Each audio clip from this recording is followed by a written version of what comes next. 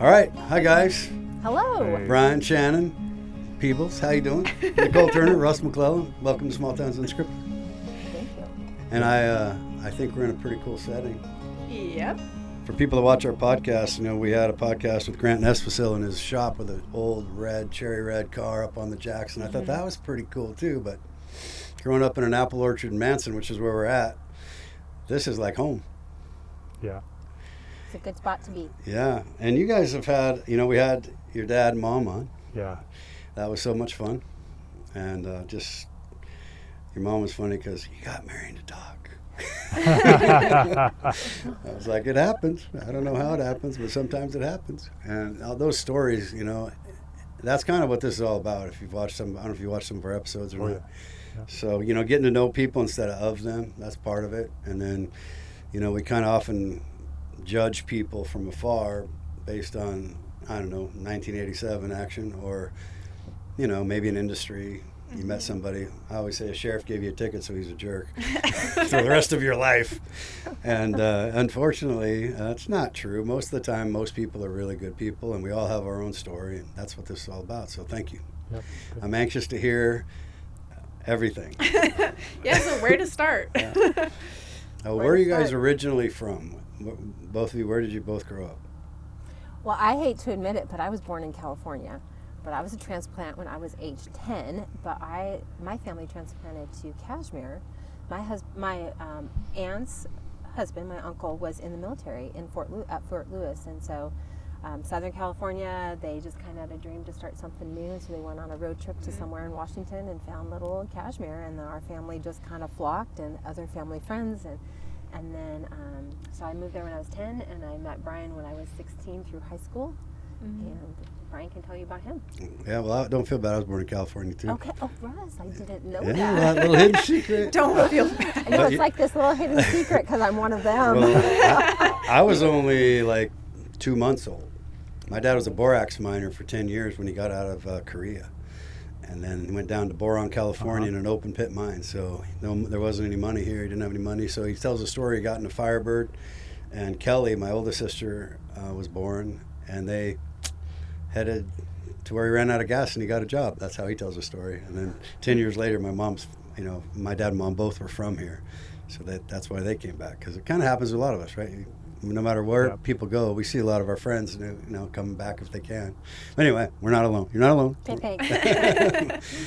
And Bryan, you're a Chelan, homegrown Chelan guy. I was born in Chelan and raised in Chelan and graduated in Chelan and then went to Central after Shannon and I met in high school and started dating, and we both went to Central. So did I. And my goal was to come back and farm and have a house that had a view and to sell apples around the world. And it didn't happen that way. Life has a tendency of throwing curveballs. Well, it did happen. There was just this really large expansive time in between. Yeah, so I spent 20 years with Target and stayed in the state of Washington for a good portion of that, and then got relocated to Northern and then Southern California. Shannon gave a couple locations that she did not want to move to, and one of them was Southern California. So I made sure that I came home on, I think, Valentine's Day one year and said my boss just got promoted and she'd like to promote me and move to Southern California. Happy Valentine's Day. So how serious were you about not selling? How real serious are you about that? Well, there was just a couple locations that I just felt like, really my heart was, and we'll get to this later, was, I was really overweight too. And so my whole vision of Southern California was Orange County, all these hot mamas, bright blonde hair and, all of that. And I just didn't want to go back. I didn't want to fit into that type of society. I had become just a really kind of hometown girl. And anyway, so God's sense of humor, we landed back about a half an hour from my hometown where I was born. Oh, so, wow. And anyway. So you guys said you met in high school? When you were Cashmere and you were Chelan? I hit on him and he took the bait. Nice. Super closer.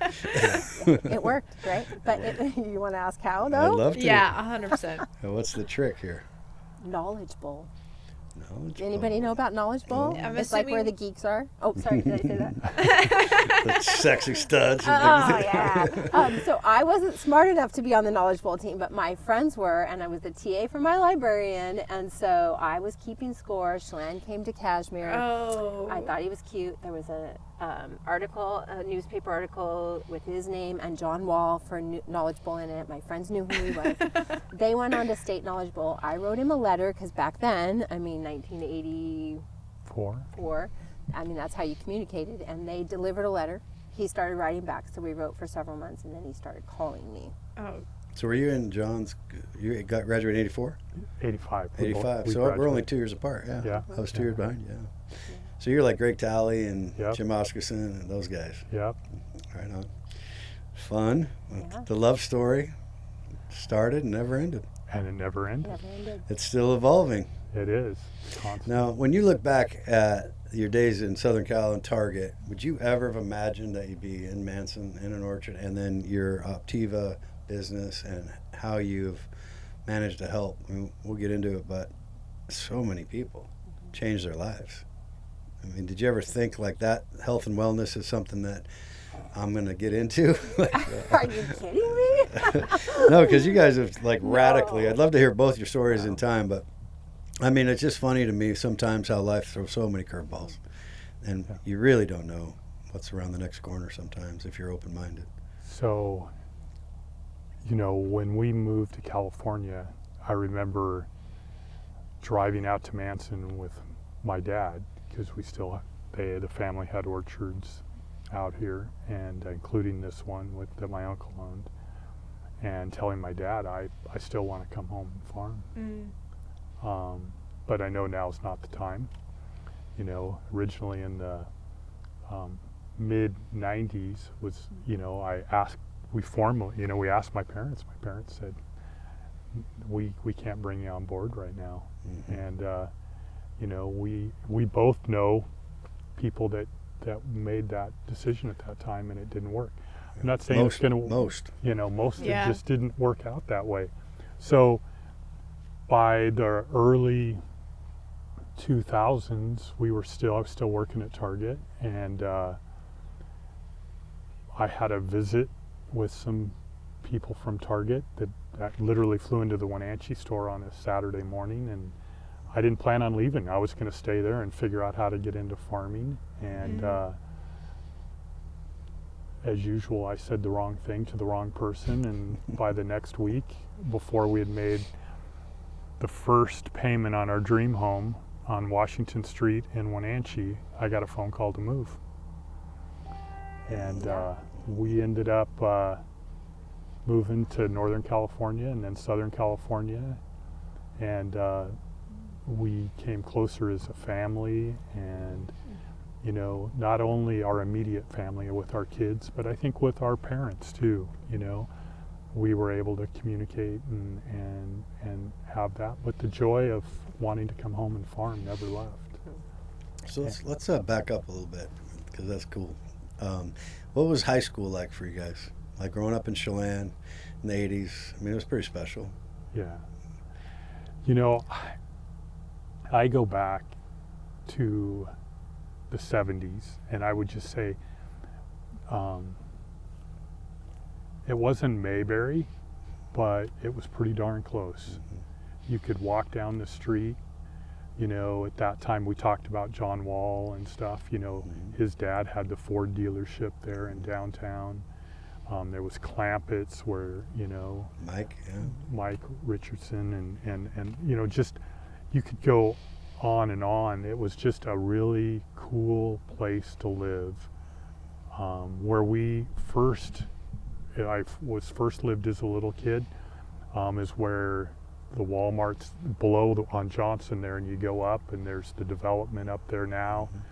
And I used to, as a 4 and 5-year-old, go wander the hills before any of that was developed. Behind George Schultz's place. Yep. And my mom would say, you know what, I would just listen for him because he'd be up there making noise. And isn't there a story where Anita Nesbisil found you and call and say, whose little boy is this? Yeah. And it was you. And then later, The freedom we had back Yes. then is Yeah. something that is gone to some degree. Yeah. But it's like, why are you here if it's not dark? Like, get away from me. Yeah. I mean, the latchkey kids were just like, I mean, your dad was a chief of police. And, Yeah. You know, it's kind of like, yeah, go do your thing. There was no safety concerns. Right. You know, and I think that maybe that's still the same. And sometimes I think we have a skewed perspective because it was so in our minds, you know, different. But then other things, it is different, right, than it used to be. And that's changed. I mean, I think that's inevitable. There was special times, though. They were really cool. You know, and the technology of today allows us to do this and share our story with others, It's awesome. which is really cool. But I wonder if the technology doesn't allow our youth to dream. Because when you and I got to go wander orchards or wander up in the hills or go hunting, we got to dream a lot. We got to think about things. Yeah, And it's true. that's pretty special. It's like critical thinking, where you're going to create a problem, whether it was intentional or not, as a kid, and then you're going to have to solve that problem. Right. And nobody's really going to solve it for you, whether it's, Right. you know, whatever it is.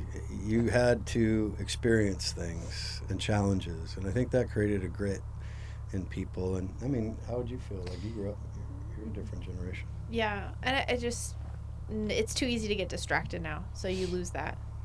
Because all you can do now is just scroll. So you Yeah. don't have that time to just think anymore. I challenge the idea about dreaming. It's just a different kind of dreaming. Because we have 3 kids that grew up and moved to the East Coast. And that became Yeah. because of their ability to see the world in a bigger space through technology. So Madeline decided after college, she wanted, professors told her she seemed like an East Coast kind of girl. Her brothers were on the other side of the United States. She's like, I could go, I could be kind of close to them. Oh, that's cool. So she started researching through the internet, and she started dreaming. Yeah. And she found a job, and she found a roommate, and she chose Boston.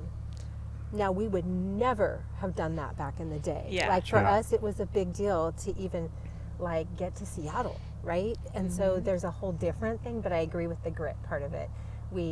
That is what happens when you're little and you have the freedom to be independent and to solve problems and make decisions. And I saw that a lot in education shift over the years. Yeah. The ability for kids to be independent and solve their problems. And that's a and big be okay to difference. make mistakes. Uh-huh. You know, that's the other, being vulnerable, where, you know, being honest and vulnerable. I lit the orchard on fire. I mean, how many, Russ, did you? oh yeah. Yes, okay. Oh, yeah. Yeah, it's irrigated. You know, it's not bad. Yeah. Small fire. You know, it's when you talk to the younger kids and then they go and then you get in trouble. What'd you do? Teach them how to be a pyromaniac? I didn't actually teach him. I just He just learned he was on his hanging own. around. You know, he tried to do it on his own. Sorry, Dad. No. And so you tell me about you have 3 kids. How old are they? Or where are we at now? Let's see. Foster's married and lives in Atlanta, so he and Amy were high school sweethearts also, and he went to Central also, and then went to University of Kentucky for law school. Wow. And so he's an attorney, and she works for marketing. And they just found the city because of work and love it, love the life. And then Elliot works for Chelan Fresh fruit marketing, doing imports and quality control, and he lives in Raleigh, North Carolina. And can work from there, which is great. And then Madeline, so we have 31, 29, and 25. And so she moved home a couple years ago from Boston because it was too far. And then she now works for a marketing agency here in town remotely. And, Oh, okay. So she decided that this isn't all bad. I kind of like this and place. she Come back. loves it. You know, and our kids we lived in Wenatchee for a season. And so we had really deep roots there because Bryan opened the Target with church and families we're still friends with to this day. But then when we moved to California, we were gone for 9.5 years. So Madeline was 2 when we left and 7th grade when we came back. And so she started school in 7th grade. Elliot started as a sophomore. Foster went to college. But all those years gone, this was home base for us. So this is hometown to her. But we're surprised by the depth of love that they have for this valley, for their families, Was for it- the industry.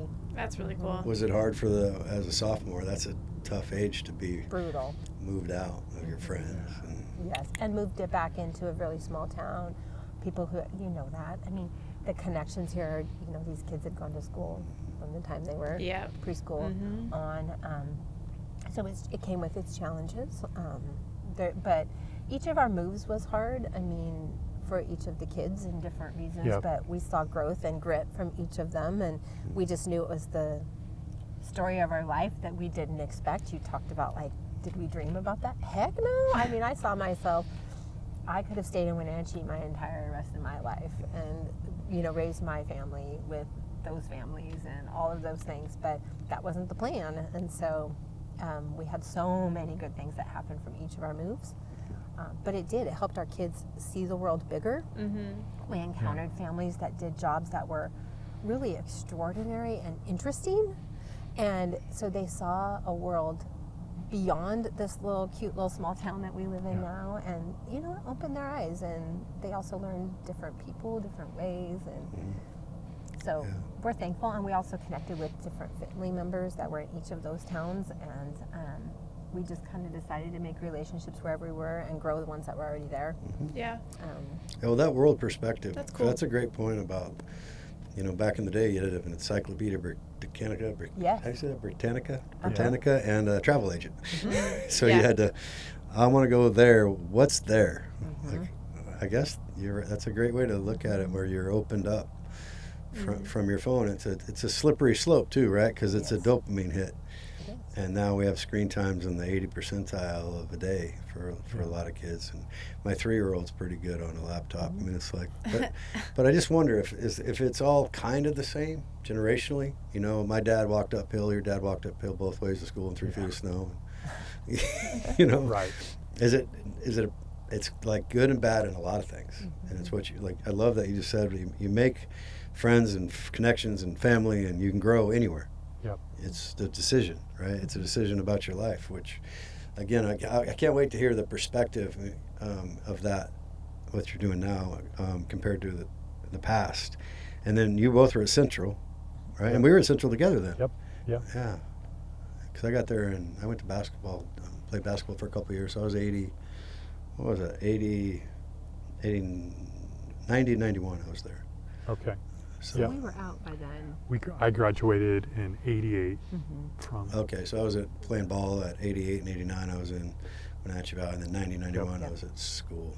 It was a fun place. But Nicholson was still there, right? Yeah, well, he would just, the Or he year just- before I got there, he had just left. Okay. That's how they asked me to play, and I was like, that's because Nicholson's not here.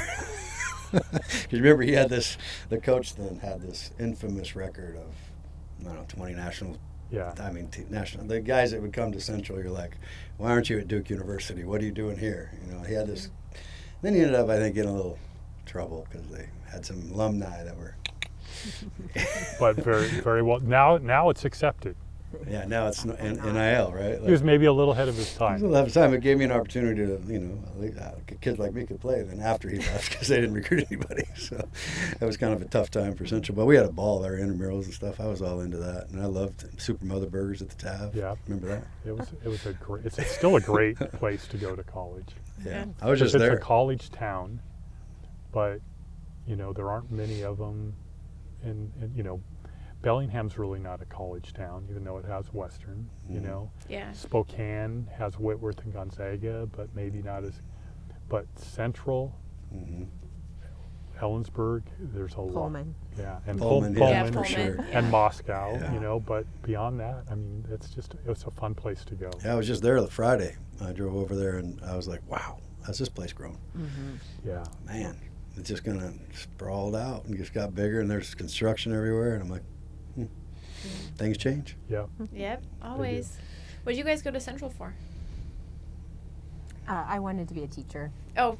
Yeah, I thought English, high school English. I got a C in my first class ever, and decided to volunteer. And I volunteered in a special ed class, and so I kind of fell in love with that. Oh, So I cool. ended up with a special education elementary ed degree, which I taught for about 6 or 7 years and had kids. Never thought I'd go back. And then when we moved back here, Marcy James was a good friend, and she's like, "Come help me," and then you should sub, and a slippery slope. But then I ended up subbing and liking it, and had some little small part-time things in the district. And she got sick, and she called, and I said, "What can I do for you?" And she said, "You can take my class." So I took her class from March through June, fell in love with first grade. That class just graduated this last spring. Super special. She was a beautiful person. She's a beautiful person. And I learned so much from her, and I carried on a lot of her songs and traditions. Kyle was my son's age. Yeah. I coached him a lot growing up, good Great kid. person. Yeah. And then that's a whole nother story. But the next year, Carla Robinson had retired, and so I applied for that job because I'd fallen in love with the team and the age, and so I went back to first grade for another 9 years. Okay. So I was a teacher, and he took a circuitous route. Oh, so I went to school and thought I was going to be in accounting. So I got an accounting degree at Central, and had spent a little bit of time, had spent a summer at North Cascades Bank as an intern, their very first summer that they were open, and their the accounting firm that did their audits was called Knightville and Gregory out of Tacoma, and I went to work for Knightville and Gregory for 4 months. You hated it. No, it sounds like you loved it, actually.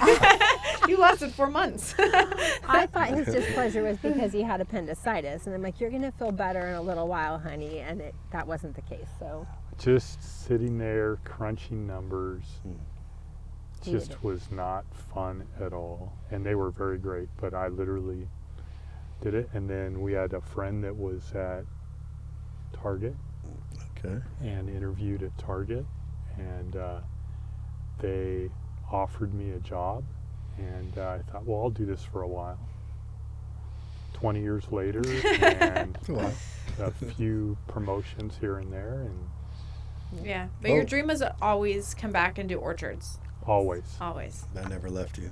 never And your left. family all did it for, it sounds like, because you bought this from your uncle, you said? Yeah, yep. So my great uncle, I couldn't tell you when he came out to Chelan. It was either in the late 30s or early 40s.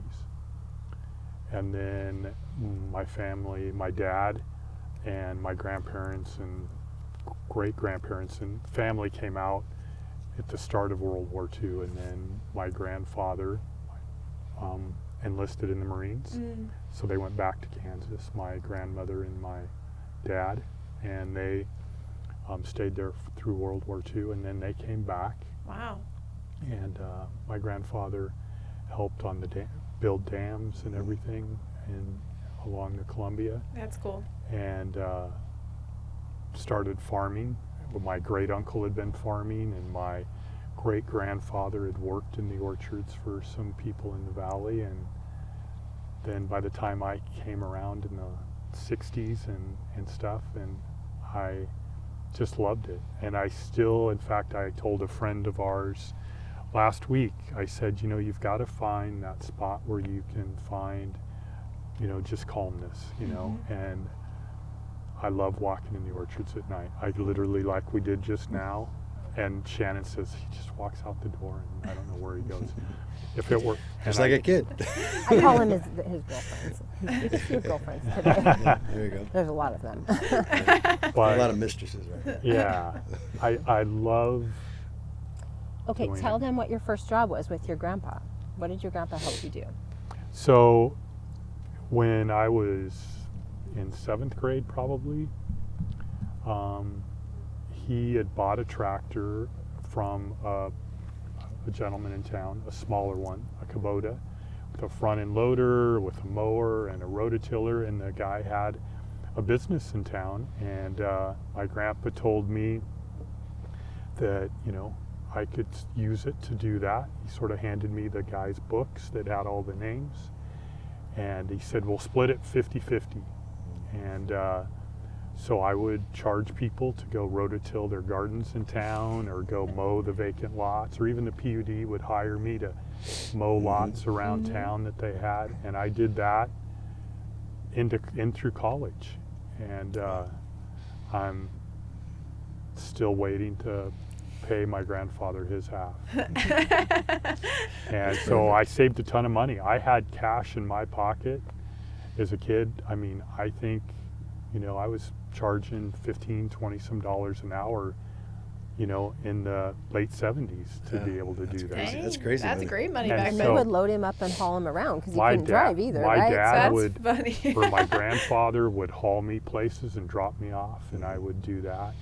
So, yeah, I just had a joy of being out and doing that. I never got good at it probably, but I enjoyed it. Mm-hmm. And even just being in the orchards after that, I would even, after we got married at Central, I would drive home and work on the weekends in the orchard, you know, during harvest and all of that. Yeah. Just a joy. I mean, you know, apples are the other than bananas, like the largest fruit consumed in the U.S. I mean, you know, there's just a lot of joy in doing that, doing it well, and the camaraderie that we grew up with, right, as a community, and with the people that do it, you know, and work hard at doing it. It's pretty cool. What would you say your perspective is on, you know, when we grew up, we talk about this a lot, but there was a lot of people that were small farmers, and they made really good livings. And they worked hard, you know, but my dad he had an 8-acre piece above Rose's Lake and the 10-acre piece on the corner of Washington and Barclay, right? And he raised 3 kids. And he didn't have the 8 acres for, I mean, I think both my sisters were out of school before he got that, almost doubled the acreage to 18. So he was but he did almost all the work. You know, he would be out there, I think for a while, he was like 16 years as a hired man for my uncle, his sister's husband, Dick Finley. And like, you know, 6 years after he bought the orchard, he would literally farm at night with a flashlight and sleep 2-3 hours a night. You know, it was just 7 days a week. But it was such a lifestyle. You know, he was a consummate, loved to farm. And then it got really challenging, you know, where those margins got smaller and smaller and smaller. And now it's fascinating to me that anybody can do it. And so just get your take on that. Like, you must have continued to evolve or found a way to, or is it just a lifestyle and it's not really, you don't really look at the orchard like this is a profit center. It's just a lifestyle. I mean, I don't know. The numbers I see in most of the people that I'm getting called by right now, I'm just like, wow. The per box return is less than it was in the 70s and 80s, and the costs have gone through the roof. So the economies of scale becomes this big challenge. And then sadly, you see the small farmers. And I think it goes to what you were saying about most kids that grew up with small farmers grew up with entrepreneurs. And so a lot of the kids have an entrepreneurship spirit. And I think that's true in the whole country at the time. Because, you know, now it's kind of like, I don't think people, if they can get into it, it's good. But coming out of high school or college, it's not like they're looking to go be an apple farmer very often, unless they have an in. How do you think that this is going to end up, if that is correct in the changes? I also think you probably have to give some perspective to what your actual job is during the day. There's a whole thing. So he left Target, and eventually were able to come back, and he was hired by Chelan Fresh.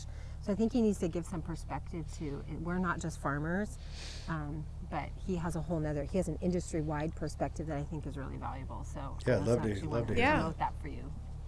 You're welcome. So I'm the export sales manager for Chelan Fresh. So I oversee everything outside of the United Oh, I States. didn't know that. Okay. In regards to sales and imports and all of that. And this valley was made off of the success of international sales of apples. Yeah. We could have different segments forever talking about different parts of that, but you know, I think you've got to have joy, you've got to dream. Neither one of those pay the bills.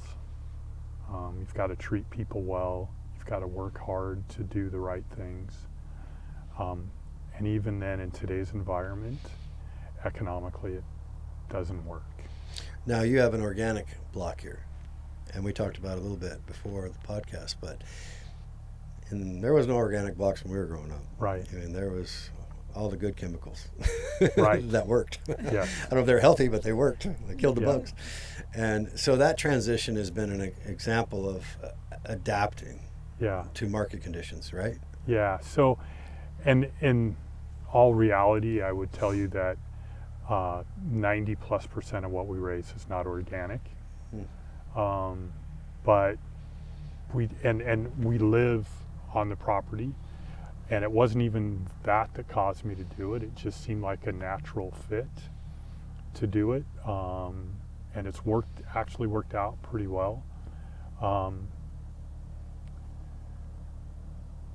You know, I think we're very blessed, and both Shannon and I, were raised with families of strong faith, and we have strong faith, and we've been blessed, and parts of this valley have been blessed.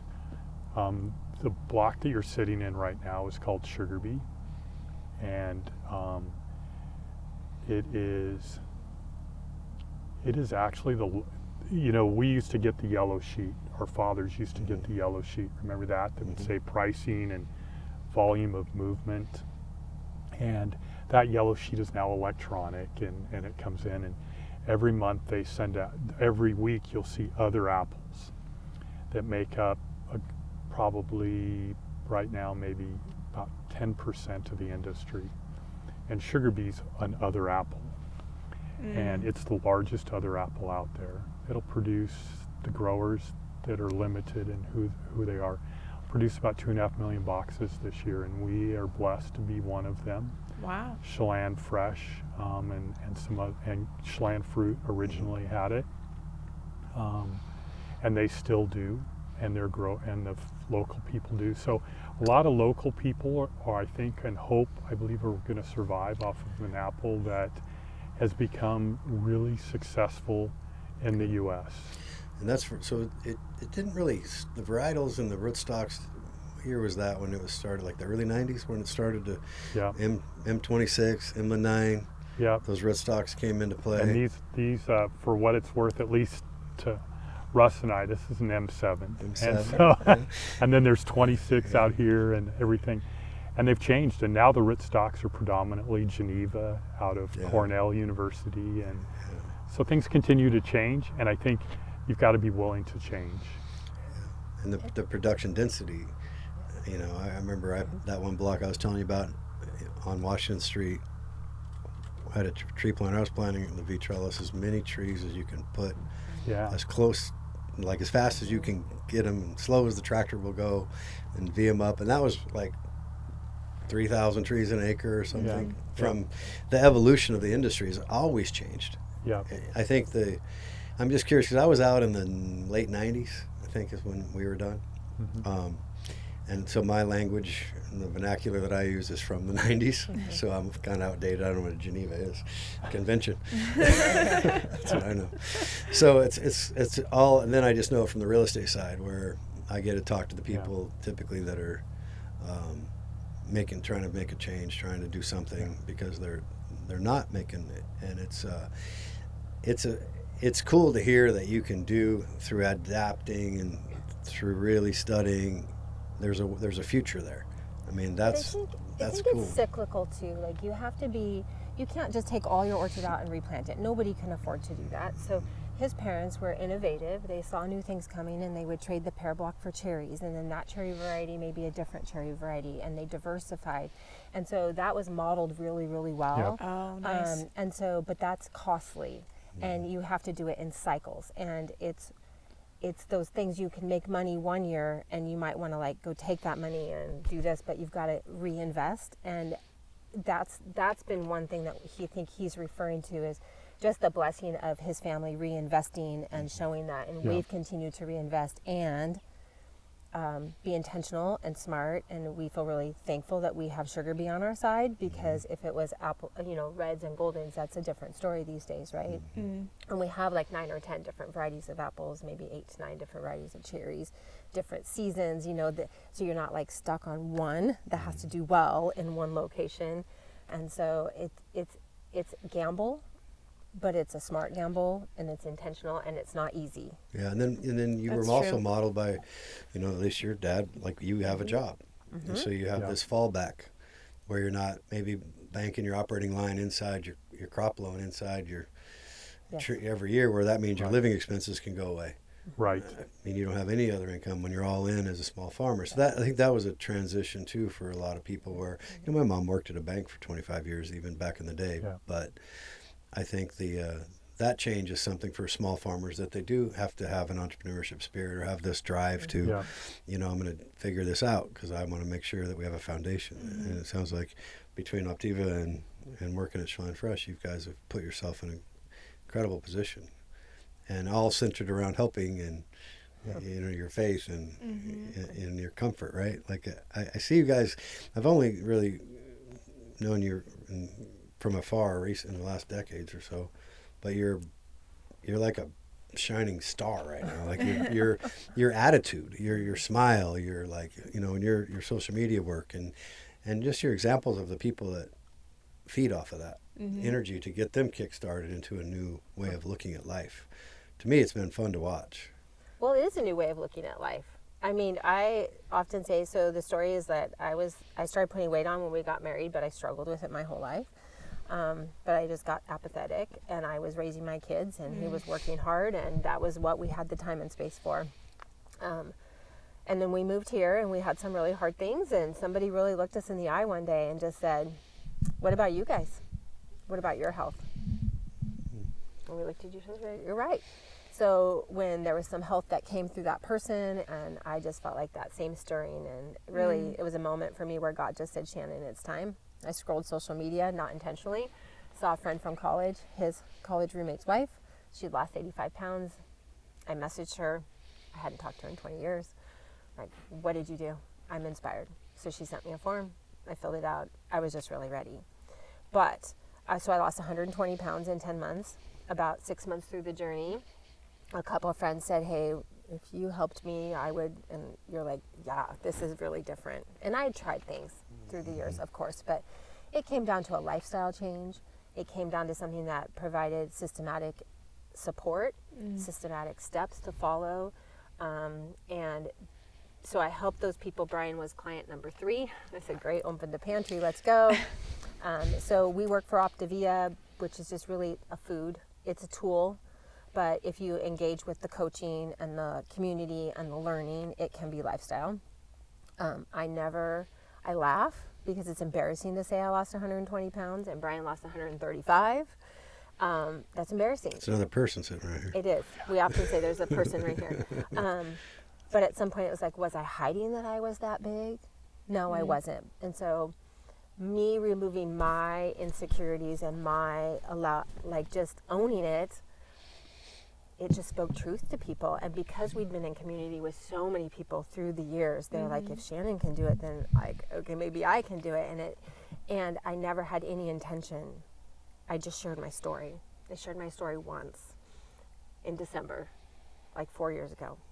And people just, what are you doing? Help me, help me, help me. And so pretty soon we were helping a lot of people. I was teaching full time. And it was just kind of like, well, maybe I should go to the convention. It's in Atlanta. I'm going to see Foster and Amy anyway. And so made my trip. I went. I sat in a room of 13,000 other coaches, and I knew 2 of these people. But I was moved. And I was like, this is a big deal. Well, changing people's lives with their health, and I'm all in. I love these people I'm with, and I love the positive, and I love the growth mindset. I didn't know what that was before. I mean, I taught first graders, I kind of knew, but like in my own life, I didn't know what that was. So we let's just dream about what it could be. So we're like, let's go all in. So I taught that next year, and we really worked hard and said, let's see what this is like. Let's sacrifice. I'll do a lot at night. Well, it's going to be a lot of phone calls. I'm on that phone a lot, and see if there's an opportunity. And God just through a different path said, it's time. And we knew. So I resigned from teaching for the next year, and it's hard because I miss little people, and I miss their families, and I miss in the community. You see them in all these places, and but I still see them, but I just help their families in a different way. Of course, yeah. And we help people all over the United States. You help them stay alive. And for me, it was that deal. moment of I'd lost, at that point, 60 pounds. And I was just like, can I just please fit in like my big girl clothes? So I don't have to go buy bigger girl clothes like for school. Like it was just that moment. I just knew I was just unhealthy and I didn't feel well. I didn't realize how bad I felt. But at 60 pounds lost, I was wearing different sizes. I was feeling good. I didn't need to crash after school. I wasn't hurting as bad physically with inflammation. And I went to pick up our dog Benny's 30-pound bag of dog food. And I just had this moment where I was like, I've lost 2 of these, and I can hardly like hustle this 30-pound bag of dog food, let alone 2 of them. And I went on to lose 4 of them. And there's a picture of me sitting on 4 bags of dog food and him with like 4 bags of Traeger pellets or something. But at that moment, it shifted for me, Russ and Nicole, that it was health. Like, this is my health. No wonder I was having a hard time going up and downstairs. Yeah. No wonder I wasn't having any energy. No wonder I was just on the sidelines. And so my shift really switched to that, and my lifestyle was gaining. And really our biggest, for me, was going to Atlanta. Our kids are in Atlanta. They love it so much. We never rode bikes as a family. We didn't do active things as a family. We went to restaurants and we shopped and we went on road trips.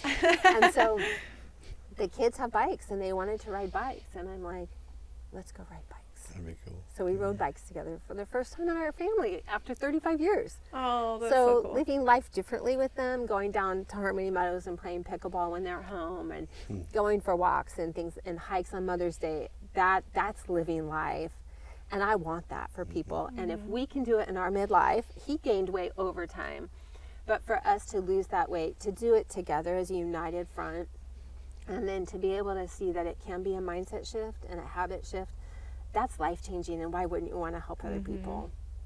Yeah, were you an instant early adopter into this, or were you like, I don't know about this? It happened, in January. I was probably watching You started in January. in a bowl game, and she asked me a question, and I said, sure, I'll start next week. And she Like goes, January of this? No, January of 4 years ago. 4 years ago, gotcha, okay. And I said, I'll start Monday or whatever. And she I said, lost 75 pounds by the time he said, I'm kind of interested. she's like, no, how about like right now? And I said, okay. And you were supportive of me helping people from the very beginning. Absolutely. And then it kind of became its own rodeo, like helping lots of people and all the things, and having coaches underneath me was way more than we'd ever expected. But Well, let me talk about this if you don't mind. So you lose 75 pounds before you acknowledge that I'm going to try to get healthy too.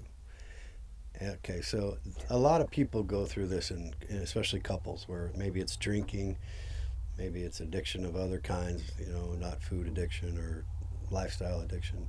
And then one goes on this path, and often, whether it's even in business where I see it in real estate where people start, I'm just going to do this on the side, honey. Next thing you know, they love it, they're doing well, and then the spouse is like, why don't you get a real job, and why haven't you made a commission this week, and and there's like this, I love you, so I'm going to protect you from your heart being broken. So it creates tension. So do you see, I bet you see that a lot in your business where I was also going to think of it with what you were saying. I've heard a lot of people talk about it in the way of like one couple is, making changes that are healthier for them mindset wise or physically or whatever it might be. And then they want their other significant other to match that energy immediately. Yeah, and if they're not on the same parallel, then it's like that. It's like a judgment almost of like, I want you to support me by doing it with me, or you to also grow in these areas, and I can see your potential, and I want it for you more than you want it for you right now. Or do you ever feel guilty, or like pressure, like, God, I wish you'd just eat a pizza? I hear that from my husband all the time. But I think there's 2 questions there, right? There's 2 questions, and Shannon can answer the first one, because I don't know. Well, that would have been her, not me. I was on my own journey. I actually, honestly, had never even thought about him doing it, which is really bizarre. Like, you look back now and you're like, oh, but that's sweet, though, because that's just all unconditional love of just... my intrinsic. He had loved me unconditionally from the time I was 16. And so I didn't do it to please him. I did it because I was really challenged, and I felt moved to make a change, and I found something that worked. And when he came on board, I'm like, oh, okay. And it kind of shifted for us at that point because it became united. But he was supportive of me doing it. I mean, it would be like, I need to eat now, honey, and could we pick a different restaurant? And so he got a little maybe frustrated with that. But I also learned how to stand up for myself. And it's not that I didn't stand up for myself, but as a wife and a mother, I was very much a people pleaser. So it's hard for me to say, you know, I kind of need to eat right now, is because part of our system is eating every 2 to 3 hours and Right. then eating a certain one meal a day. And so I learned how to have a voice, and that was really powerful, and it wasn't intimidating to him, which I think it can be, right? Because it does change your personality a little bit. But I think we had already been so bonded together, and through some hard that we had gone through, we were very intentional about, this is about helping this person in our world and not about us. We're going to stay together, and I'm going to trust you to speak and do the things you need to do, and you're going to in turn do that for me. So we had already like a united front, and this was just another way to present another united front. So it didn't cause tension for us. However, when I coach people, I talk to the women often, because it's mostly women. I talk to the women about, this is going to cause some shift and some change and some friction. Let's talk about that. Let's work through what that looks like, and maybe understand what your husband might be experiencing, understand how this can change your dynamic. Or if they come on as couples, I'm celebrating them. I'm like, you guys are making a life change together. And this is the most amazing thing you can do. And they just get on board all the way. And that opens up for us a layer of intimacy. And I'm not talking about that. I'm just talking about my weight and my insecurities were off limits. And I put that wall up, not because he didn't love me or trust me. We don't talk about this very much. But I think that's very common for a lot of people. yes. And when that happened, it was like all of a sudden we were talking about, like, maybe this is why it's hard for me to travel with you. Yeah. This is why I shop by myself. This is, and it was all from my own. It's not because you didn't do anything the right way. It's because I insulated. Yep. And so I think women don't even understand, or men, how we insulate ourselves in the habits we have. And you named lots of habits we have, right? And so I learned how not to insulate and how to be honest about them.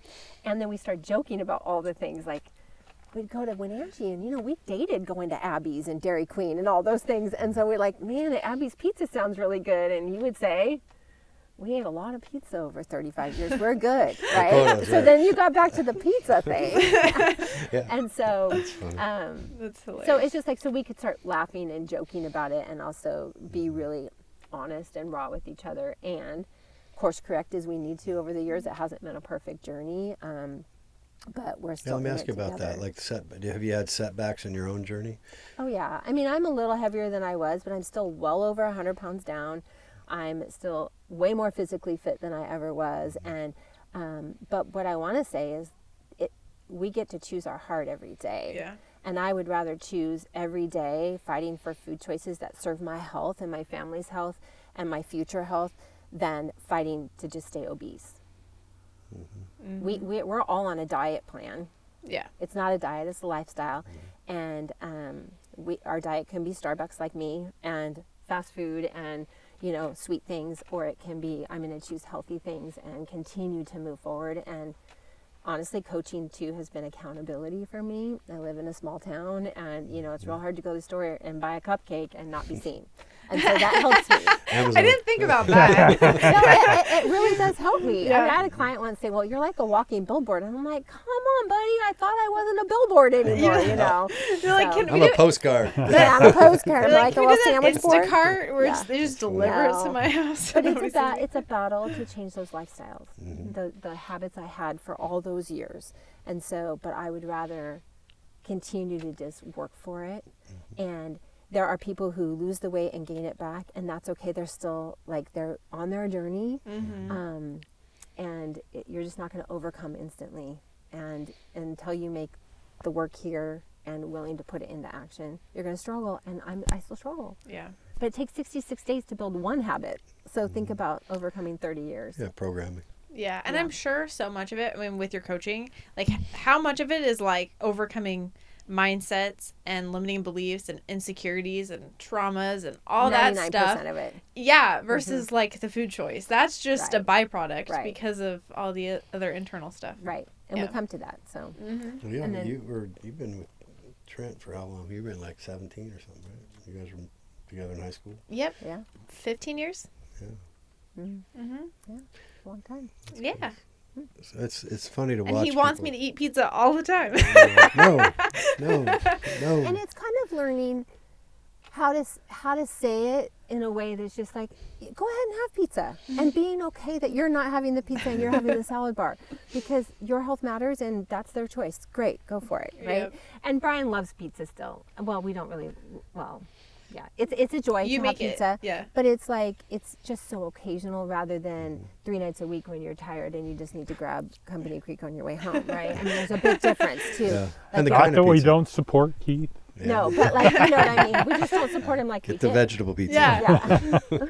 So, You support him for all the tourists, Yeah. but not so much for my household. Yeah, to not be.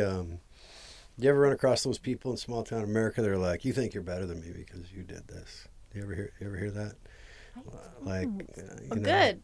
Yeah, I mean, but you know, because it's pain, right? Those people often are in pain, whether whatever their lifestyle is that's not helping them. It's hard to change that programming, and do you then encounter that? No, I think she's not here, but I think our daughter experienced it a little bit coming home. Just different environment and everything, but overall, no. And I think part of it is, I hope and I pray how you carry yourself, your words and your actions.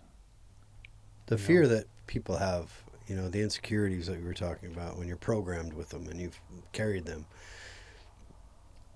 it often leads to judgment or excuse making, or rationalization maybe is the right word. I'm going to rationalize because of X. I don't have time. I don't, my daughter went through some time where she, after her second child, she wanted to lose some weight, and so she went on this journey and lost a bunch of weight, and she was kind of the same thing. Like she was just like, it's time. She's super athletic growing up, and she just found herself 2 kids later and a doctor of audiology and working tons of patients, and I just didn't have any time, And I go, well, or the caramel macchiato extra.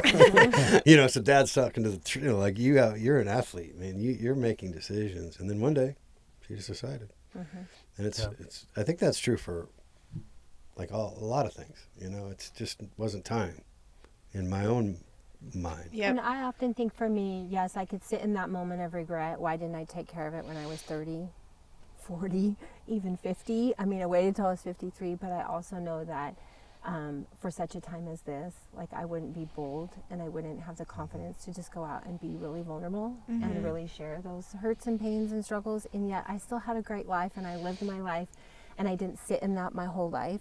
But I also think I can just sit there and have that mindset, or I can just say, well, here I am today. What can I do tomorrow? Yeah. And we can all get caught up in telling each other all of our stories about everyone else. And I just tell people, focus on you. Don't worry about what other people have to think and say. And I think that genuineness, I hope, is really what comes through for Bryan and I, that it wasn't easy, that our life is radically different, and yet we understand where people are coming from in all walks of life. And so I hope that I don't ever feel judged or people think, oh, you're better than me, because, I mean, I was not. I struggled for a really long time, and it's still a struggle. So in real estate, which I relate to, right? When people want to change their lives to, one of my mission statement when I did Keller Williams was to change your life to the life you want and the life you deserve, using real estate as the vehicle to do it. And because I figured, in growing up here and watching so many people, being able to be lucky and blessed to live here and stay here, raise kids here, most people don't. Most people don't have that opportunity. It's too expensive. Real estate's too expensive. Not a lot of jobs. So it's hard. A lot of people choose to leave away. A lot of people wish they could stay, and they have to move away. So when I try to talk to people about the difference between motivation and inspiration, I talk to them about, their big why. Like, we have to focus in on that, because you got to pick your heart. It's hard to be a real estate person and successful, but it's hard to be successful in anything. It's also hard to not be successful, or to be insecure, or to be, just feeling like you're not reaching your potential deep down. We all feel that at times. So I often talk to them, and I'm wondering if your coaching is part of this, where when you first meet someone and you could give them the greatest Newt Rockney speeches, in the world, but that's fleeting. Like, the inspiration kind of has to come from within. Absolutely. Do you get into that? Because it seems like the diet plan or the food plan is one part, but the bigger part is the mental. Absolutely. Our plan comes with the food for a tool, for a season, to get to whole foods. That's the goal. It's temporary because I was stuck. Almost 300 pounds, did not know what to do or how to go about it, and find something simple to use that got results. Then I'm going to get to the other space, right? But part of it then is the coaching and the learning. And so there's a whole transformational system. And really, it's about why. Why does it matter? Why does it matter that you can get down on the floor? What's that about? Tell me about that. I mean, it's the why, because it is fleeting. The inspiration, you might be inspired by us, but you have to be determined and disciplined, which is something I really wasn't, and it's allowed me to be disciplined in so many other areas too. So yes, we absolutely, that is what the coaching provides. It's accountability, it's a little bit of, first grade teacher kind of kick you in the butt sometimes, and it's also training.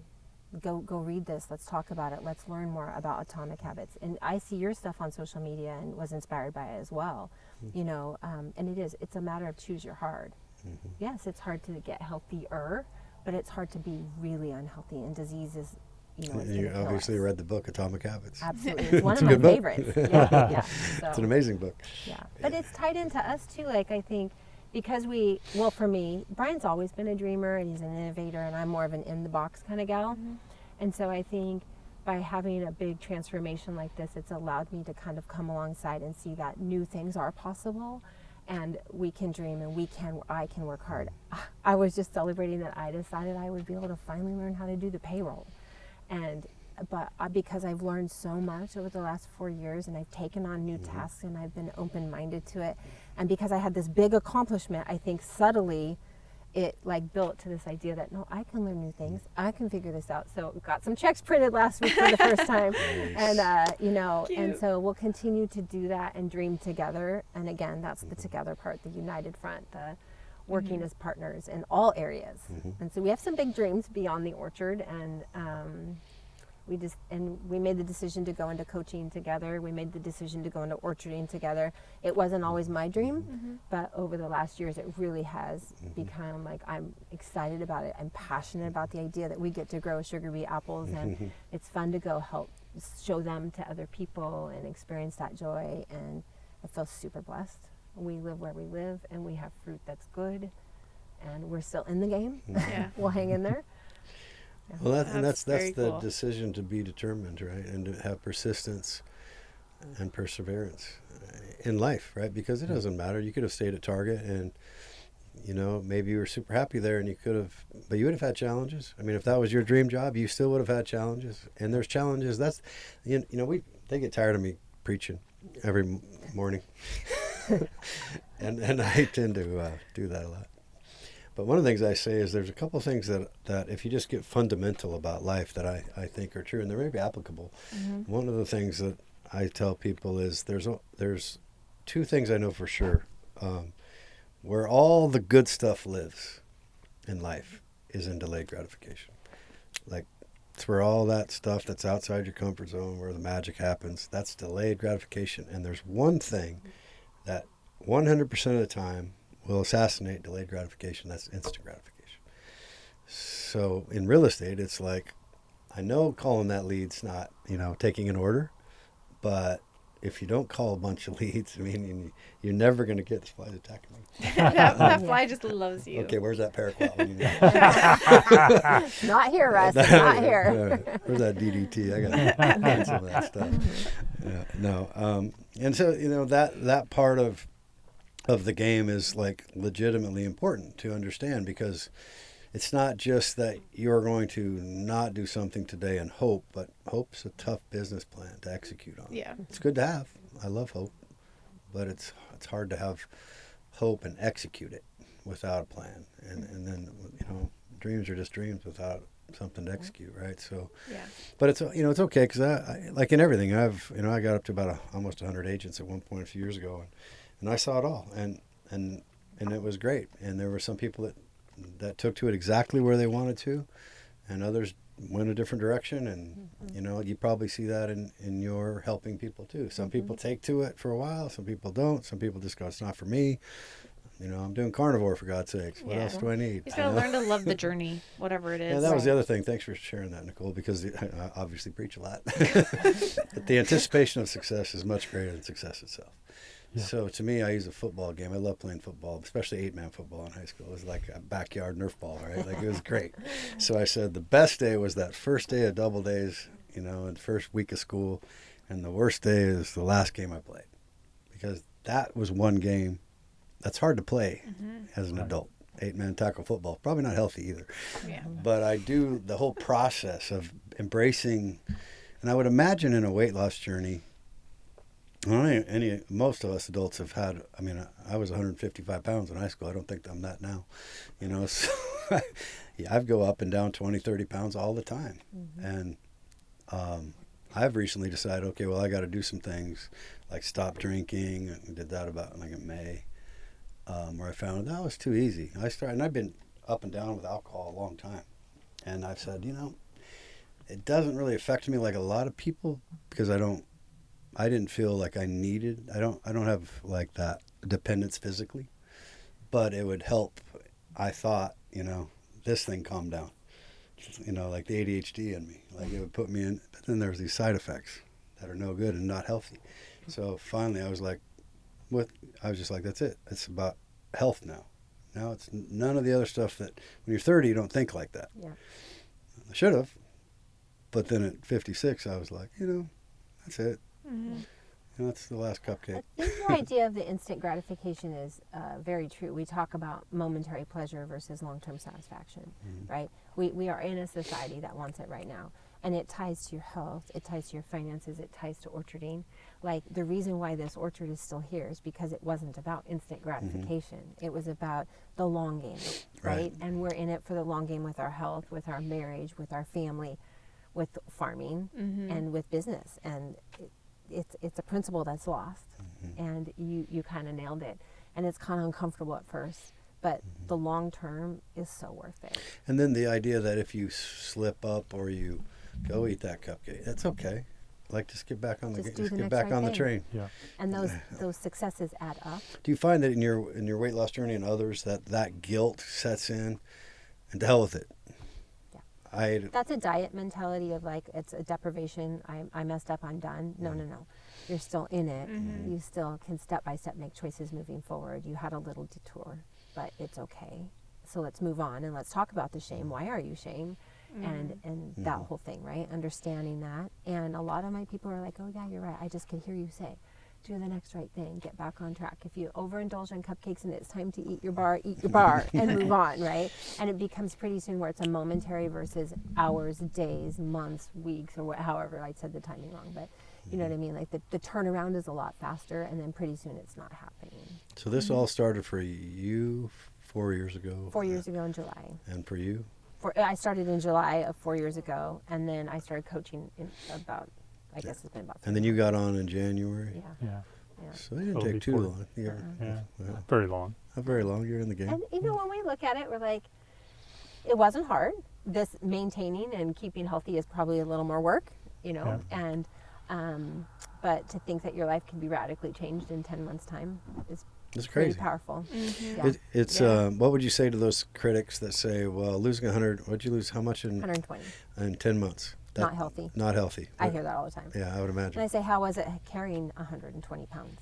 And our plan has enough protein and all the vitamins and minerals you need too, so you're actually not losing your lean muscle mass, which is what people are really concerned about. And so most people are losing their body fat percentage very high rate compared to their muscle mass. And I've had clients who've done the DEXA body, and their doctors are kind of blown away that like, oh my gosh, you just lost this much fat, but not that none of it was from your lean muscle mass. So let me ask you. It's about your nutrition. Let me ask you this. So how many diets are there on the market? Oh, I have no Hundreds? idea, lots. Yeah, let's just say hundreds. So if you're 100 pounds overweight, are there some diets from your opinion that are unhealthy, physically unhealthy, or is losing 100 pounds pretty outweigh the problems of having 100 extra pounds outweigh anything that would take to lose 100 pounds? Is that fair? I think you should take that one. I won't put her on the spot. We'll take her off the spot on this one. Or is that a bad question? I don't think it's a bad question at all. I mean, yeah, there's an extreme of anything that's not healthy for whatever the end result is. But at 80, 100 pounds or whatever. So my resting heart rate when I started was 79 beats per minute. My resting heart rate. My resting heart rate for the month of September right now is 60 beats per minute. That's great. Wow. Your heart only has so many beats it's going to give itself. And we can go on philosophically about that. But my point is, think about that. You've got an engine, which is your heart, and this is just one example, right, of all kinds of bodily functions you could describe. But your heart, because nothing else happens if that's not working right, it went from 79 to 60. Wow. And it's been at 60 now for 3 years. Must have felt just... Well, maybe they went not off of medications, right? Yeah. And for every pound you lose, it's a Mayo Clinic fact that you stop your heart from having to pump through 5 miles of blood vessels. So if you lose 20 pounds, you've just decreased your heart having to pump through 100 miles of blood vessels, let alone 80 pounds of pressure off your weight-bearing joints. So think about the health that you gain just by losing 10 pounds, 20 pounds. And to his point, his heart wasn't having to pump as fast or hard to get to his body. And so, yes, there's extreme ways to lose weight. You're going to gain it back if you don't do this. Yeah. If you don't hold yourself accountable to a lifestyle that's manageable and maintainable and moving beyond that weight loss phase. Yeah, I did carnivore I lost 30 pounds. And the challenge I found with that, it was boring. It was just steak and burger and cheese. That was it. So to me, that was very worth it because it gave me tons of energy that I didn't have, mainly probably because I lost the weight. But also, and it was weird for me because I would have killed to gain weight in high school to play football. You know, I wanted to be bigger. And then you Be careful what you wish for. Yeah, right? Yeah. Then you add enough food and it works. I challenge the idea that it's boring. Well, the carnivore was boring to me. I should talk not for everybody. It is boring. But why does food have to be all that in our world? Yeah, it's meant to be nourishment. And we've taken it so far that it's our best friend, it's our comfort, it's our celebration. We use it to celebrate everything. It's our way we grieve. Like, why can't we put food back in the category of it's solid nutrition and it's meant to fuel our bodies instead of giving it this big ideology of like it's got to be this one thing. That's a great point. And so that was my mindset. Like I would eat something like, oh, I don't really like that. And I'd just say to myself, suck it up, Buttercup. You just fueled your body. Move on. Like that food is fuel. And I got to the point where it didn't have to be all the things, but we live in an obesogenic society, meaning that food is the center of everything we do. Yeah, right? food and alcohol. And it's processed and alcohol. And it's led to us all struggling. Like, 75% of us are overweight or obese. Our youth are dying as we watch them. And so... Yeah, can you imagine the kids now, with the screen time that they have and they're not inactive. They're not outside at all. Yeah. It's pretty rough.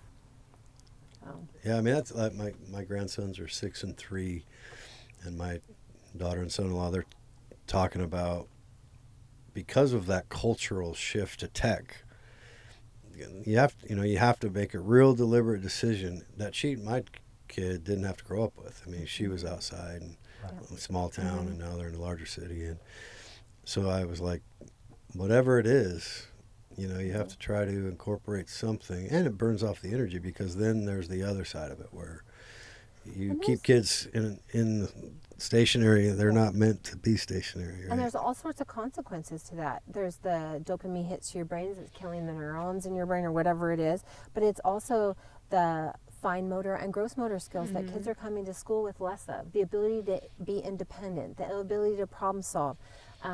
All those things are, dissipating because they're being satisfied with just that one thing.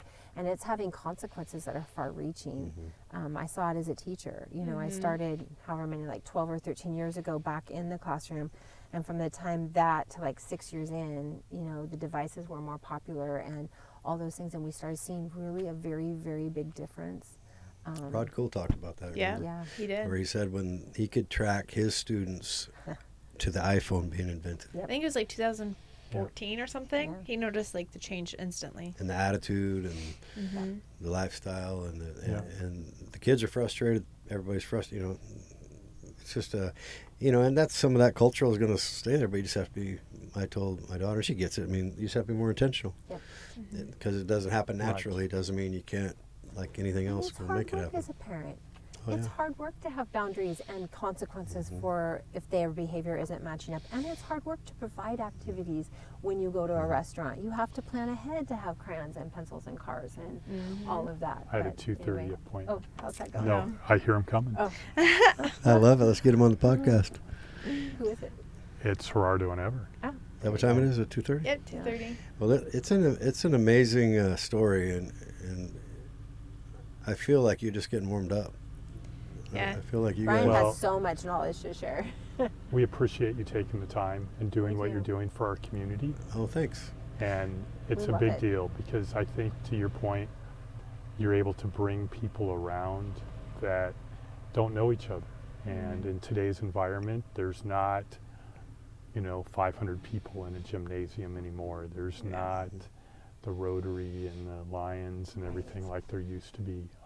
Lost that party line. And so, the party line. Bryan and I when we dated. Yeah, so all those things have changed, and I appreciate what you're doing for us as a community. What we're doing. love is- it. It's been Yeah, fun it's for a- us. It's a Thanks. big deal, and we've been so blessed. My parents have blessed us. Her parents have blessed us. My grandparents. Think of where we're at. So good. Yeah. Could be And- worse. I mean, I could sit here all day. Those, I don't know who's in there, but I assume it's truly, and I'm going to call them out by name, Gerardo and Ever. And Gerardo's worked for our family for 42 years, Wow. 3 generations. Wow. Longer than I've been around. That's cool. And so you ask why we do it, what do we enjoy from it? It's that.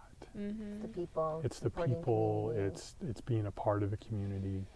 Don't get me wrong, I love apples and all that, and I love but the people are, I remember a year ago my dad sitting there eating chicken at the end of cherries, because during cherry season we probably have 75, 80 people that work for us, and the guy he was sitting next to is from California, and he comes up and picks every year, and he doesn't speak English, and my dad doesn't speak Spanish, but they sat there and were giving each other a hard time because he's been coming up since 1989. Wow. And those are the types of things that, make you really smile and happy doing It's what the you're doing. legacy and It's- just the yeah. desire to carry it on. And Yeah. And it's the hard. pride our guys take in it. Yeah. It's funny. I don't know if you know this book. Stephen Pressfield wrote a book called The War of Art. It's not The Art of War. That's different. The War of Art. And he actually, in the book, talks about Lake Chelan post-Korea, where he was trying to get himself to be a writer, and he was traveling around trying to make money. So he comes to the Lake Chelan Valley, and in the book he talks about he was a young guy, great shape, and there was this, back then they had winos that were, would come from like homeless in Seattle. They would come here to make their money, and then they would go back. Before that was hobos that would ride the rail cars. So the winos was like a takeoff of that. Well, he met a combat Marine that had gotten a lot of PTSD and just was homeless, but he was here picking apples, and he was picking romes. He talks about how he tried to pick these romes, and there were fat stems and hard apples, and it cut his hands, and it was cold. And he looks over, and this older, drunk wino guy from the streets of downtown Seattle is here picking like 10 bins a day, and he's picking like 2. And he's like 20-something years old. He's like, finally I had to ask this guy, like, how do you pick 10 bins a day? And the combat Marine veteran looks at him and goes, painfully. And I always thought, that was first cool that it's Lake Chelan's mentioned in that book, but then it's like a real solid message about, some things are kind of hard, but sometimes some things that are hard are worth it. So thanks for the compliment. I appreciate you guys listening to the podcast. And you guys are beautiful people. Absolutely. Heart of gold, and your faith is inspiring. And then also it's cool to have 2 generations of people on our podcast. Yes, that's pretty neat. Yeah. We loved listening to his parents. Yeah. It was really fun. Thanks again. I guess we're Thanks, signing guys. off. Appreciate it. Thanks, guys.